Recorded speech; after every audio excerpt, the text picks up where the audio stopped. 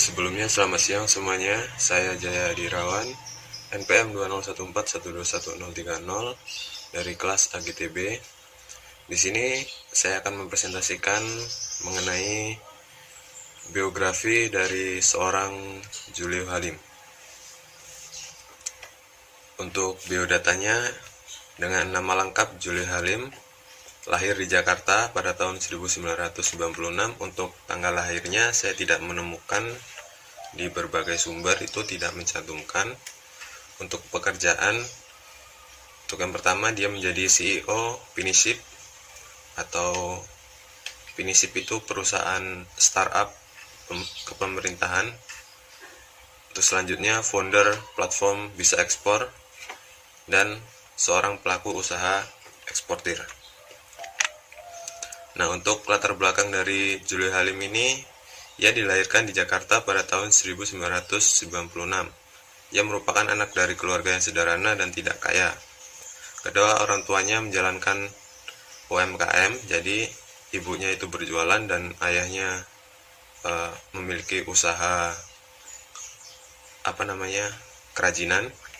Nah, sejak kecil ia sudah rajin membantu ibunya berjualan, namun ia tidak menghentikan mimpinya untuk bisa membawa perubahan bagi sekitarnya. Nah, untuk perjalanan Julio Halim, jadi Julio Halim atau lebih dikenal dengan Julio Ekspor ini merupakan anak dari seorang ibu kantin. Ia mengaku bahwa sejak duduk di bangku sekolah SD, ia sudah berjualan. Kala itu ia menjual kartu Yu-Gi-Oh dan Tazos atau mainan piringan bulat kecil. Nah, setelah masuk SMP, ia mulai berjualan baju, jaket, baju basket, sepatu basket untuk geng-geng yang ada di sekolahnya. Nah, hal itu dilakukan untuk mendapatkan penghasilan tambahan, uang jajan, sebab orang tuanya kesulitan dalam hal ekonomi, seperti itu.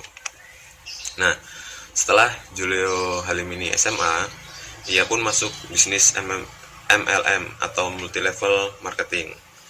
Tak hanya itu, ia juga masih berjualan sepatu menari karena dirinya itu seorang dancer yang memiliki penghasilan sekitar 1 juta per bulannya, dan uang 1 juta itu digunakan dia untuk biaya sekolah.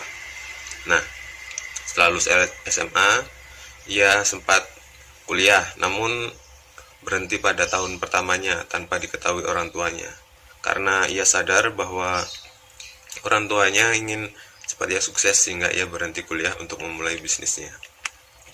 Nah, untuk bisnis pertama Julio itu ia menjual dompet kulit. Meski beberapa kali bangkrut, namun ia mengaku di dalam dirinya ia telah berkembang.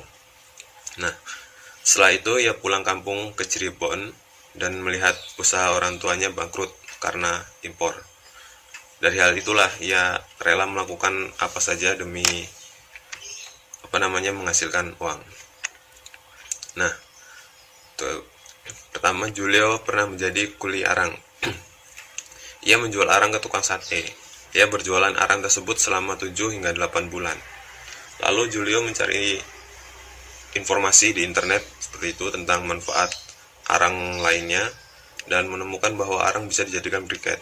Nah, briket ini merupakan bahan bakar padat yang mengandung karbon dan dapat menyala dalam waktu yang lama.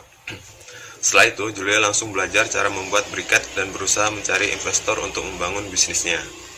Nah, beruntungnya, ia mendapat investor yang tak lain adalah teman ayahnya sendiri. Ia pun bersemangat dan terus berusaha untuk membuat briket terbaik untuk diekspor ke mancanegara.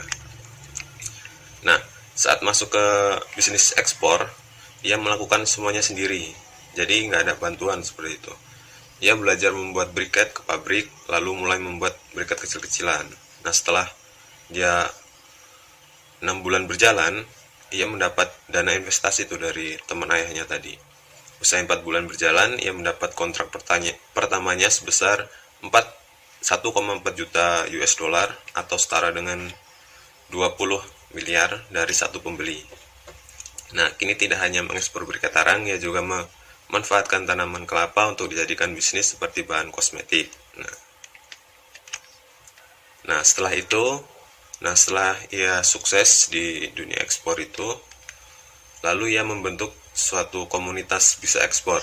Nah, di komunitasnya ini ia berhasil mencetak pengusaha-pengusaha kecil yang bisa mendapat transaksi ekspor hingga 3,6 miliar per bulannya. Dan itu tidak hanya satu atau dua orang, tapi banyak.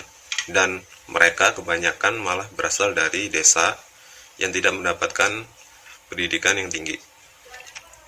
Nah, untuk motivasinya, kunci sukses itu jangan pernah menyerah dalam berusaha.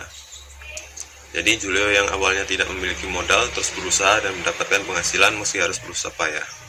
Jangan pernah menyerah seolah-olah dunia ini menghimpit kalian. Kalau kita terus kerja keras, terus berusaha, ikhtiar dan berdoa, pasti ada jalannya. Apapun yang ada di depan mata, kerjakan sebaik-baiknya. Demikianlah presentasi dari saya, kurang lebihnya mohon maaf. Saya akhiri, selamat siang.